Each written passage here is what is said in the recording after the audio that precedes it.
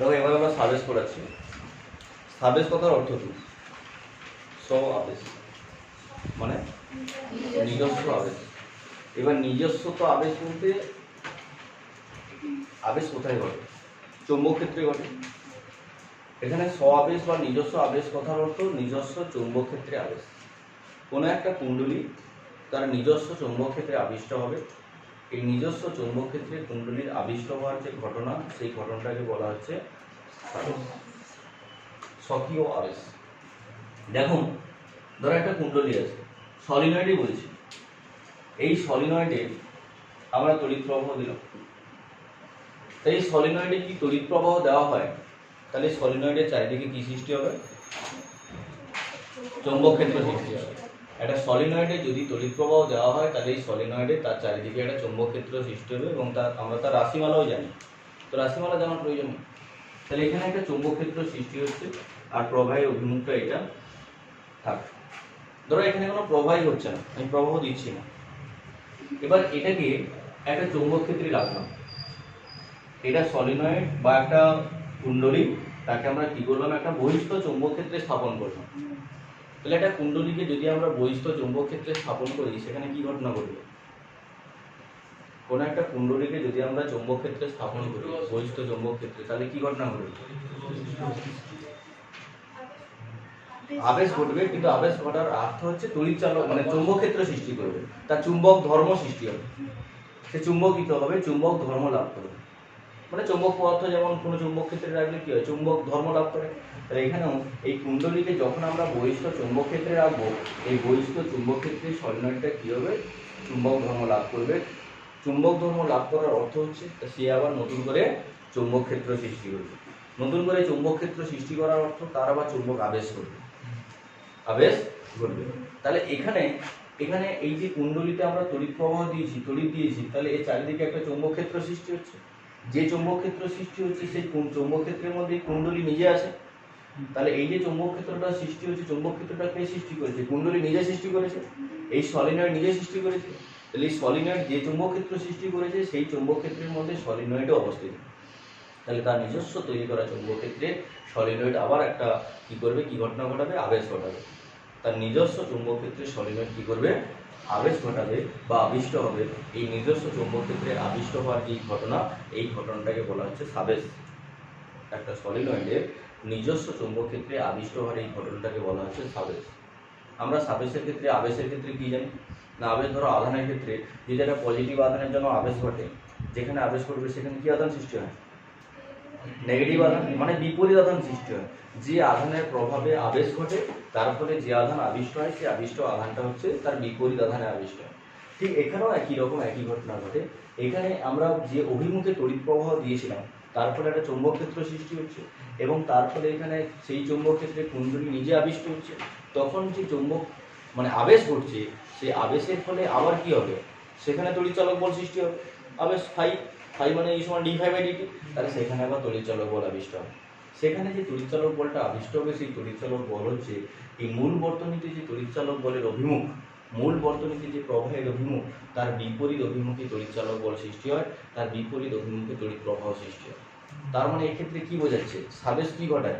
সাবেশ হচ্ছে বর্তনীতে তড়িৎ চালক বলকে হ্রাস করে। সাবেশ বর্তনীতে মূল তড়িৎ প্রবাহের মানকে হ্রাস করে। তাহলে এক্ষেত্রে তড়িৎ চালক বল হ্রাস পায়, তড়িৎ চালক বল বাধা পায় বা তড়িৎ প্রবাহ বাধা পায়। ঠিক আছে, এটা সাবেশের মূলনীতি। দেখো এখানে আমরা কি বললাম? তড়িৎ প্রবাহ দিলাম। তড়িৎ প্রবাহ দিলাম বলে এই কুণ্ডলীটা তার নিজস্ব তৈরি করা চৌম্বক ক্ষেত্রে কি হচ্ছে? আবেশ ঘটাচ্ছে, আবিষ্ট হচ্ছে। তাহলে এখানে চৌম্বক প্রবাহ সৃষ্টি হবে বলে, তাহলে এখানে যদি আই প্রবাহ দেওয়া হয়, তাহলে এখানে যে চৌম্বক প্রবাহ আবিষ্ট হয় একটা পাকে, সেই চৌম্বক প্রবাহের পরিমাণ হচ্ছে ফাই। যদি আই প্রবাহ দিলে মানে তড়িৎ প্রবাহ দিলে ফাই চৌম্বক প্রবাহ আবিষ্ট হয়, তাহলে সেটা হচ্ছে ফাই ভ্যারিজাজ আই হয়, সমানুপাতিক হয়। এখানে একটা কনস্ট্যান্ট নিয়ে আসো, phi equals to constant L I. L কে বলা হয় সাবেশাঙ্ক, এল কে বলা হয় সাবেশাঙ্ক। সাবেশাঙ্ক একটা কনস্ট্যান্ট। এই সাবেশাঙ্ক L equals to phi by I. যেহেতু এখানে আই ইকুয়ালস টু 1 যদি হয়, তাহলে এল ইকুয়ালস টু ফাই। একক তড়িৎ প্রবাহ হলে যে পরিমাণ চৌম্বক প্রবাহ আবিষ্ট হয়, একক তড়িৎ প্রবাহের জন্য কোনো কুণ্ডলীতে যে পরিমাণে চৌম্বক প্রবাহ আবিষ্ট হয় তাকে বলা হয় তার সাবেশাঙ্ক। সাবেশাঙ্কের একক হচ্ছে হেনরি পার মিটার, মানে এটা হচ্ছে ওয়েবার আর এটা হচ্ছে অ্যাম্পিয়ার। ওয়েবার পার অ্যাম্পিয়ার বা ওয়েবার অ্যাম্পিয়ার ইনভার্স, এটা মানে হচ্ছে সাবেশাঙ্ক, যেটা হচ্ছে হেনরি। আমরা আগেও পড়েছি, হেনরি মানে হচ্ছে ওয়েবার অ্যাম্পিয়ার ইনভার্স। ঠিক আছে, তাহলে দেখো এখান থেকে আমরা কি পেলাম, ফাই সমান এলআই। তাহলে ফাই সমান এলআই পরে এখান থেকে আমরা তড়িৎ চালক বল নির্ণয় করবো। চৌম্বক প্রবাহ পেয়েছি তো তড়িৎ চালক বল বের করতে হবে। তাহলে এখানে কি বাধা, তো মূল বর্তনী তড়িৎ চালক বলকে প্রবাহকে বাধা দিচ্ছে, তাহলে এখানে লেঞ্জের সূত্র অনুযায়ী আলোচনা। তাহলে ই সমান কি, আচ্ছা লেঞ্জের সূত্র অনুযায়ী করবো। হ্যাঁ হ্যাঁ, লেঞ্জের সূত্র অনুযায়ী E equals to D phi by DT minus D phi by DT, কারণ minus D by DT into phi সমান এলআই। ফাই সমান এলআই, এল ইন্টু আই সমান minus L DI by DT equals to minus L DI by DT. এটা তড়িৎ চালক বলে রাশিমালা। তাহলে প্রবাহ পরিবর্তন হচ্ছে, প্রবাহ পরিবর্তন হওয়ার ফলে এখানে চৌম্বক ক্ষেত্র আবিষ্ট হচ্ছে। ঠিক আছে, তাহলে চৌম্বক ক্ষেত্র আবিষ্ট হচ্ছে ই, ই হচ্ছে তড়িৎ চালক বল রাশিমালা। আমরা জানি তড়িৎ চালক বল আবিষ্ট হবে, মাইনাস হচ্ছে বিপরীত অভিমুখে তড়িৎ চালক বল হবে, মূল বর্তনীর যে প্রবাহ তার বিপরীত দিকে হবে, মানে বর্তনীর মোট তড়িৎ চালক বলকে হ্রাস করবে, বর্তনীর মোট প্রবাহকে হ্রাস করবে। এই ফর্মুলা, এই কথাগুলা পরবর্তী চ্যাপ্টারে মানে পরের চ্যাপ্টারে প্রতিটা লাইনে কাজে মনে রাখবে। তো এখান থেকে বললাম 2 নম্বর দেখো, দুটো কুণ্ডলী আছে, এটা একটা কুণ্ডলী, এটা একটা কুণ্ডলী, সলিনয়েড বলতে পারি। দুটো কুণ্ডলী আছে, দুটো সলিনয়েড আছে। দুটোকে বলছি একটাকে প্রাইমারি কুণ্ডলী, একটাকে সেকেন্ডারি কুণ্ডলী। Primary, secondary. প্রাইমারি কুণ্ডলীতে তড়িৎ প্রবাহ, এটা প্রাইমারি কুণ্ডলীতে যদি তড়িৎ প্রবাহ হয়, প্রাইমারি কুণ্ডলীতে যদি তড়িৎ প্রবাহ হয়, তাহলে সেকেন্ডারি কুণ্ডলীতে কি হবে, চৌম্বক প্রবাহ আবিষ্ট হবে। এখানে এই কুণ্ডলীটা কি হয়েছিল, আবিষ্ট হয়েছিল, তার নিজস্ব তৈরি করা চৌম্বক ক্ষেত্রে আবিষ্ট হয়েছিল। এখানে আমরা এই প্রাইমারি কুণ্ডলীতে তড়িৎ প্রবাহ দেব। তাহলে প্রাইমারি কুণ্ডলীতে যদি তড়িৎ প্রবাহ দেওয়া হয়, তাহলে তার চারিদিকে কি সৃষ্টি হবে, চৌম্বক ক্ষেত্র সৃষ্টি হবে। এখানে যে চৌম্বক ক্ষেত্র সৃষ্টি হয়েছে, সেই চৌম্বক ক্ষেত্রে দ্বিতীয় একটি কুণ্ডলী থাকবে। এখানে যে চৌম্বক ক্ষেত্র সৃষ্টি হচ্ছে, সেই চৌম্বক ক্ষেত্রে কে থাকবে, দ্বিতীয় একটা কুণ্ডলী। দেখো তাহলে দেখুন, তাহলে এখানে প্রাইমারি কুণ্ডলী, সেকেন্ডারি কুণ্ডলী, যেটা বলছিলাম যে একটা প্রাইমারি কুণ্ডলীতে তড়িৎ প্রবাহ হবে, তাহলে প্রাইমারি কুণ্ডলীতে তড়িৎ প্রবাহ হলে তার চারিদিকে একটা চৌম্বক ক্ষেত্র সৃষ্টি হবে। এখানে যে চৌম্বক ক্ষেত্র সৃষ্টি হবে, সেই চৌম্বক ক্ষেত্রের মধ্যে দ্বিতীয় কুণ্ডলী আছে। তাহলে এই প্রাইমারি কুণ্ডলী চৌম্বক ক্ষেত্রের মধ্যে দ্বিতীয় কুণ্ডলী থাকবে, যে দ্বিতীয় কুণ্ডলীতে কী হবে, তড়িৎ চালক বল আবিষ্ট হবে। দ্বিতীয় কুণ্ডলীতে চৌম্বক প্রবাহের পরিবর্তন হয়। এই প্রাইমারি কুণ্ডলীর জন্য দ্বিতীয় কুণ্ডলীতে যদি চৌম্বক প্রবাহ আবিষ্ট হয়, এই আবিষ্ট হওয়ার ঘটনাটাকে বলবো আমরা পারস্পরিক আবেশ। পাশাপাশি অবস্থিত দুটো কুণ্ডলীতে যে আবেশের ঘটনা, পাশাপাশি অবস্থিত দুটো কুণ্ডলীর মধ্যে একটি কুণ্ডলীর জন্য অপর কুণ্ডলীতে চৌম্বক প্রবাহ আবিষ্ট হওয়ার ঘটনাকে, আবেশ ঘটার এই ঘটনাকে আমরা বলবো পারস্পরিক আবেশ। এক্ষেত্রে মনে রাখতে হবে, এই কুণ্ডলীতে যদি আমরা আই তড়িৎ প্রবাহ দিই, এর একটা একটা পাখি চৌম্বক প্রবাহ, এর তো নিজের চৌম্বক ক্ষেত্রে তো আবেশ ঘটবে, এর একটা পাখি যদি চৌম্বক প্রবাহ ফাই হয়, এরও একটা পাখি চৌম্বক প্রবাহ ফাই হবে। প্রাইমারি কুণ্ডলীর একটা পাকে যদি তড়িৎ প্রবাহ, মানে প্রাইমারি কুণ্ডলীতে তড়িৎ প্রবাহের জন্য প্রাইমারি কুণ্ডলীর একটি পাকে যে পরিমাণে চৌম্বক প্রবাহ আবিষ্ট হবে, সেকেন্ডারি কুণ্ডলীর একটি পাকেও ঠিক সমপরিমাণে চৌম্বক প্রবাহ আবিষ্ট হবে। প্রাইমারি কুণ্ডলীর একটা পাকে যে পরিমাণ চৌম্বক প্রবাহ আবিষ্ট হবে, সেকেন্ডারি কুণ্ডলীর একটা পাকেও ঠিক সমপরিমাণে চৌম্বক প্রবাহ আবিষ্ট হবে। তাহলে যার ক্ষেত্রে পাক সংখ্যা বেশি হবে, তার ক্ষেত্রে চৌম্বক প্রবাহের পরিমাণ বেশি হবে, যার পাক সংখ্যা বেশি হবে তার ফাইয়ের পরিমাণ বেশি হবে। যদি এখানে পাক সংখ্যা বেশি হয়, এর চৌম্বক প্রবাহ বেশি হবে, যদি এখানে পাক সংখ্যা বেশি হয়, তাহলে এর চৌম্বক প্রবাহ বেশি হবে। যার পাক সংখ্যা বেশি হবে, তার চৌম্বক প্রবাহ বেশি হওয়ার সঙ্গে সঙ্গে তার তড়িৎ চালক বলও বেশি হবে, কারণ এই সমান ডি ফাই বাই ডিটি, সেক্ষেত্রে তড়িৎ চালক বলও বেশি হবে। তাহলে এক্ষেত্রে তাহলে প্রাইমারি কুণ্ডলীতে আই তড়িৎ প্রবাহ হলে, সেকেন্ডারি কুণ্ডলীতে একটা পাকে যদি ফাই পরিমাণ চৌম্বক প্রবাহ আবিষ্ট হয়, সেক্ষেত্রে আমরা বলতে পারি ফাই ভ্যারিজার আই। তখন এখান থেকে আমরা লিখতে পারবো ফাই ইকুয়ালস টু একটা কনস্ট্যান্ট এম ইন্টু আই। এই এমটাকে বলা হচ্ছে আবেশাঙ্ক, এই এমকে বলছি আমরা আবেশাঙ্ক। Phi equals to M into I, এখানে এমটাকে বলছি আমরা আবেশাঙ্ক। তাহলে এম সমান কি না, এম সমান হচ্ছে ফাই বাই আই, এম সমান হচ্ছে ফাই বাই আই। যদি I ইকুয়ালস টু 1 হয় মানে একক তড়িৎ প্রবাহ হয়, যদি phi ইকুয়ালস টু 1 হয় মানে একক তড়িৎ প্রবাহ হয়, তখন M ইকুয়ালস টু 5।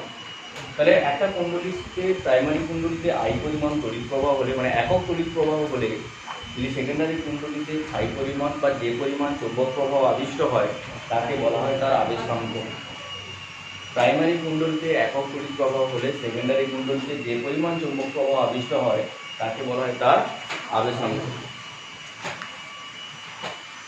তোমরা ছিল তাহলে এখানে আমরা m সমান 5 পেলাম, m সমান 5 নয়, এখান থেকে লিখছি phi সমান m ইন্টু I। তাহলে এখানে ওই তড়িৎচালক বলের রাশিমালা লেঞ্জের সূত্র নিয়ে যদি আমরা নির্ণয় করি তাহলে E সমান minus D phi by DT, তাহলে এক্ষেত্রে minus D by DT into phi রিপ্রেশন হচ্ছে m into I, m constant, তাহলে minus m into DI by D, তাহলে E equals to minus m into DI by DT, এটা তড়িৎচালক বলের রাশিমালা। ঠিক আছে। আচ্ছা এখানে যেটা বলছিলাম, এখানে যদি এই দুটো কুণ্ডলীর ক্ষেত্রে এদের প্রত্যেক ক্ষেত্রে আলাদা আলাদা সাবেশাঙ্ক আছে, আবার এদের একসঙ্গে কি আছে আবেশাঙ্ক, এদের একসঙ্গে কি আছে আবেশাঙ্ক। তাহলে দুটো কুণ্ডলী আলাদা আলাদাভাবে সাবেশাঙ্ক থাকবে, এর সাবেশাঙ্ক ধরো L1, এর সাবেশাঙ্ক ধরো L2। এই দুটো কুণ্ডলীর একসঙ্গে থাকবে যে আবেশাঙ্ক, মানে একসঙ্গে থাকবে আবেশ, দুটোরই পাক সংখ্যা সমান। তাহলে দুটো যদি পাক সংখ্যা সমান হয় এর চৌম্বক প্রবাহ সমান হবে, ফাই সমান হবে, আর ফাই সমান হলে তড়িৎচালক বল সমান হবে, ফাই সমান হলে তড়িৎচালক বল সমান হবে। তাহলে প্রথমটার ক্ষেত্রে তড়িৎচালক বল কত হবে, equal to minus L1 DI by d t লিখতে পারি। দ্বিতীয়টার ক্ষেত্রে E সমান minus L2 DI by d t লিখতে পারি। প্রথমটার ক্ষেত্রে equal to minus L1 DI by DT, দ্বিতীয়টার ক্ষেত্রে equal to minus L2 DI by DT.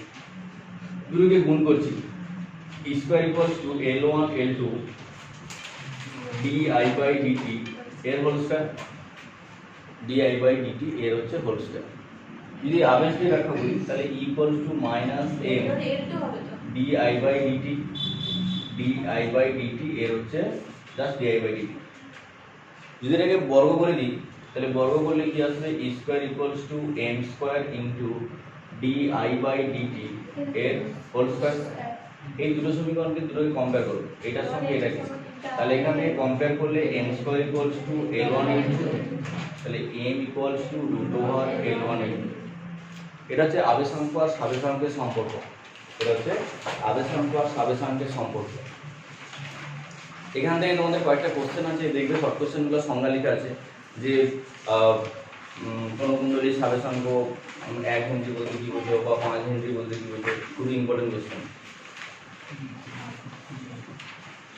দুটো পয়েন্ট দেওয়া আছে, দুটো লিখতে হবে।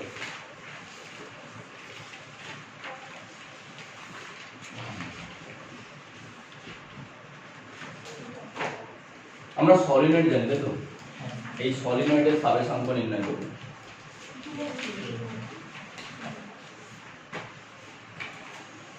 এটা সলিনয়েডের সাবেশাঙ্ক নির্ণয় করব।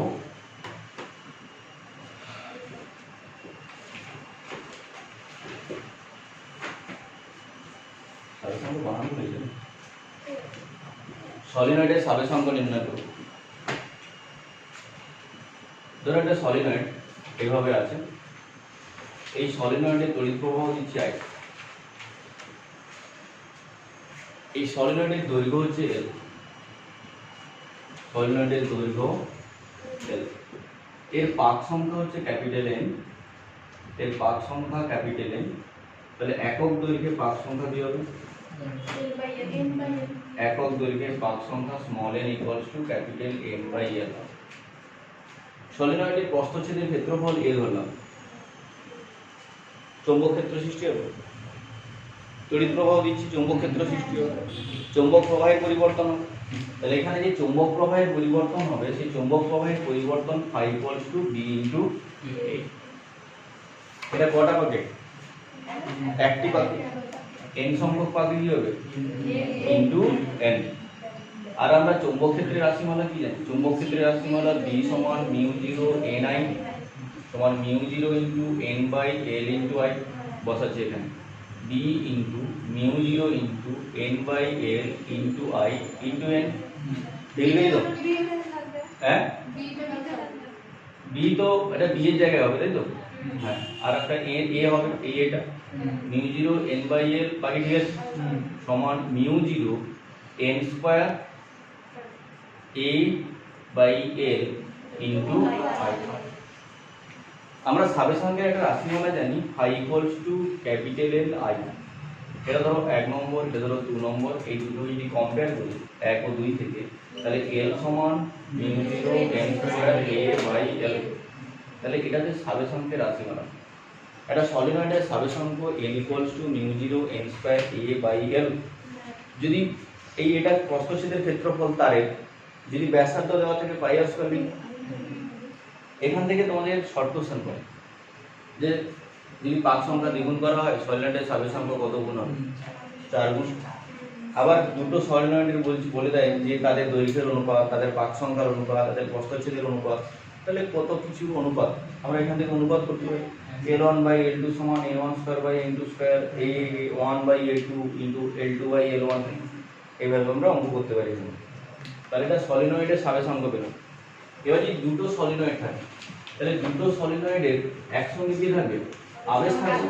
তাহলে আমরা দুটো সলিনয়েডের একসঙ্গে আবেশাঙ্ক নির্ণয় করি। দুটি সলিনয়েডের একসঙ্গে আমরা আবেশাঙ্ক নির্ণয় করি। ধরো এটা একটা সলিনয়েড, এই সলিনয়েডটাকে প্রাইমারি সলিনয়েড বলছি। এর সঙ্গে আরেকটা সলিনয়েড আছে যেটাকে এভাবে জড়িত অবস্থায় রাখা হচ্ছে, উপরিপাতিত অবস্থায় রেখেছি, জড়িত অবস্থায় রেখেছি।